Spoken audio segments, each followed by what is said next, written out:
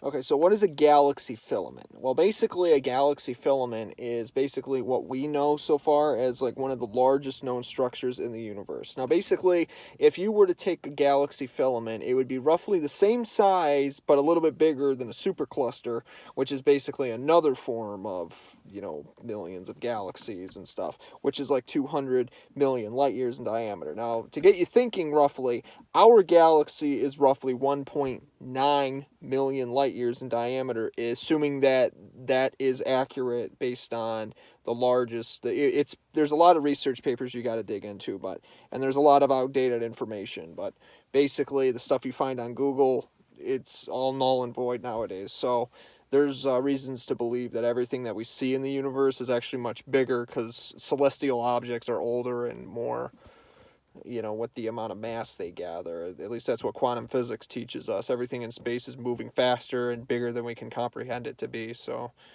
that's just what we know so far. So a galaxy filament would basically be anywhere between 200 million light years to 260 and 800,000 million light years in diameter.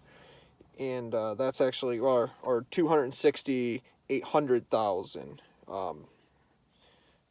light years in diameter. So what you would do is you would take 1 light year and you would multiply it by 5.88 trillion miles, and you'd basically get your answer if you want to know what that is.